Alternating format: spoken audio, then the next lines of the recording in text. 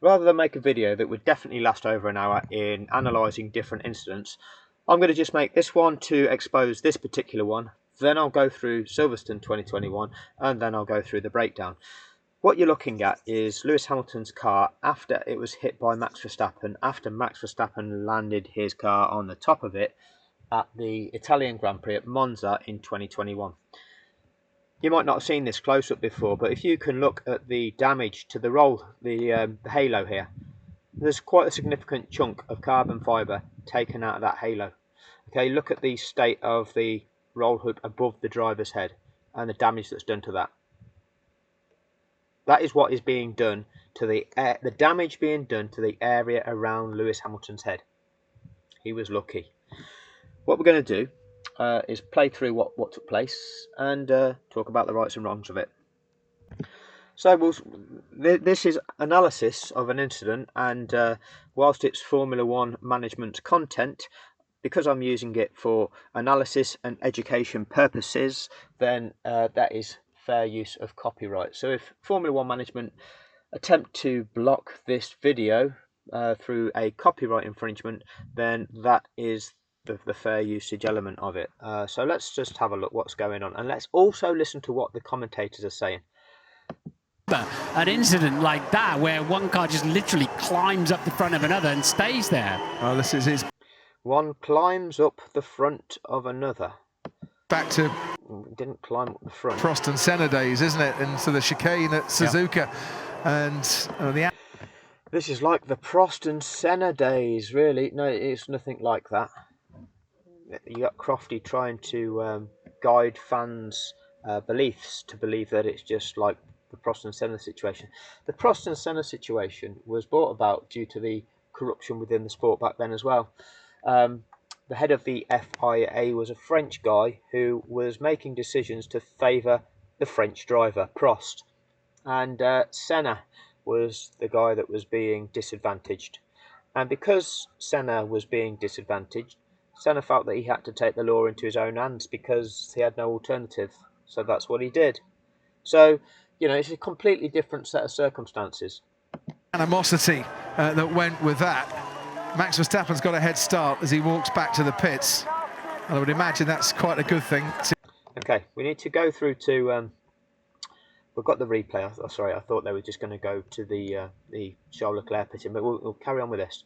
To keep both of these drivers apart for a while, because both will be blaming each other. So here's the replay. Both will be blaming each other, says Crofty. Because again, listen to the commentators. Okay, both will be blaming each other. Let us have a little look then at what happened. Hamilton. Let's have a look, Crofty. On the right-hand side, coming out. So Hamilton is exiting the pits. Listen to the engine note of Max Verstappen's car. What you can see is the 150 marker. Okay, that's 150 away from the corner. When you're coming down a long straight, that's where your braking zone is going to start being. So listen to when Max is slowing down, decelerating, braking for the corner. Remember, rules of engagement. When you are behind and you are trying to overtake another vehicle, if you're trying to overtake them on the inside of a corner, on entry to that corner, at the braking zone to that corner, the point in time where you are decelerating your car to the appropriate speed to take the appropriate line to make it around that corner, affording the car that you are challenging appropriate space if you've earned that space, or if the other car has earned that space. So the assessment zone is the braking zone, right, as to what it is, what line you're entitled to.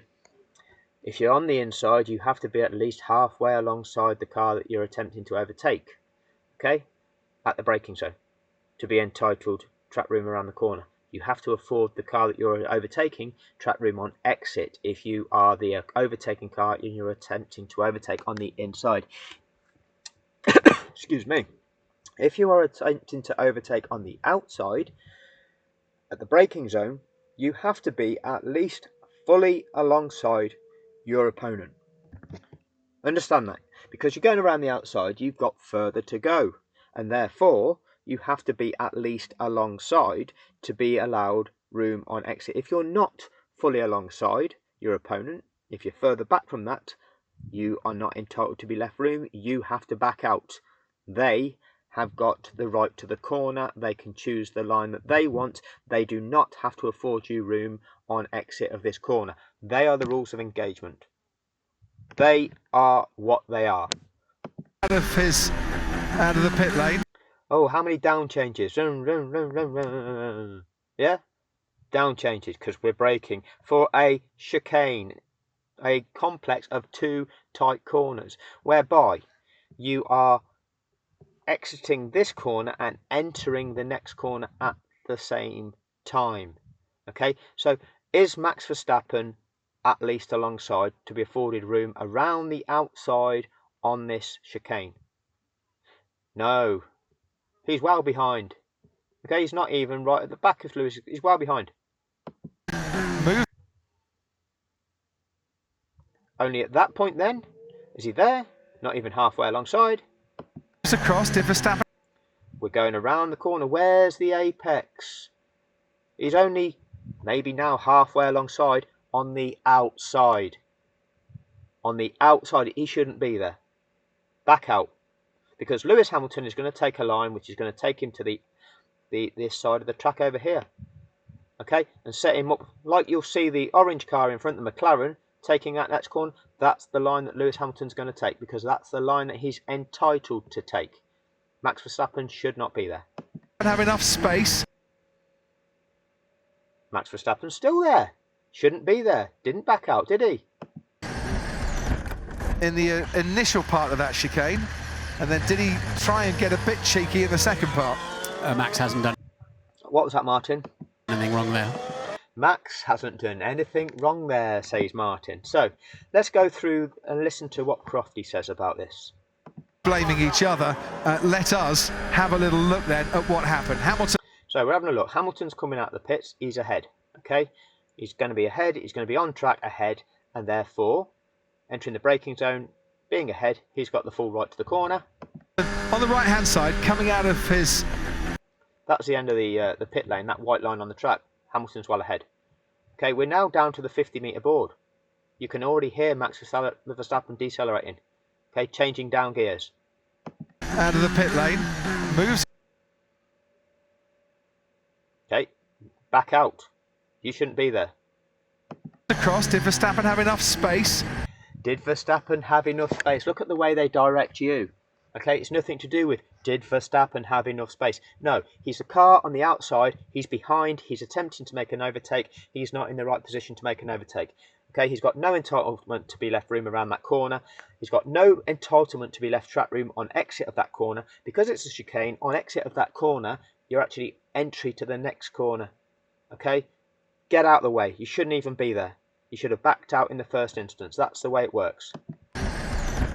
In the initial part of that chicane, and then did he try and get a bit cheeky in the second part? So we'll go through that again with Crofty. Moves across, did Verstappen have enough space? Did Verstappen have enough space? Look at the way that the paid commentators set the narrative here. In the initial part of that chicane. Did he have enough space in the initial part? No, he wasn't entitled to any space. He was the car that was behind. He was the overtaking car. He wasn't fully alongside at the braking zone of that corner. Okay, he wasn't fully alongside at the apex of the corner. The apex is too late to make any assessment anyway, as I've said time and time and time again. But this show is making up the rules now. They are lying about the rules to validate Max Verstappen on every occasion. And then did he try and get a bit cheeky in the second part? Did he get cheeky? Oh, he got cheeky and ended up on somebody's head. Oh, and they took each other out because he got a bit cheeky. Look at the language that they use. Max hasn't done anything wrong there. Martin Brundle, the expert of the sport, driver, claiming that Max hasn't done anything wrong there. He absolutely has. It was fair enough to go around the outside. Lewis can't. Lewis is ahead. Again, the perspective is different here because obviously head on you can't see the distance between the two cars, but Lewis is ahead in order to be afforded track room at the braking zone of the corner, which is now the car that's doing the attacking to make the place has to be alongside. It's not. Crossover until the. So there you back out.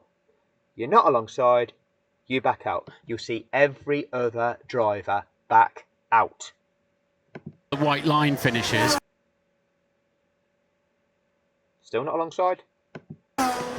Still not alongside. Shouldn't be there. No entitlement to be left track room. And so that's the way you analyse these things. You always have to take into account what's the original location of the cars, who's doing the attacking, who's doing the defending.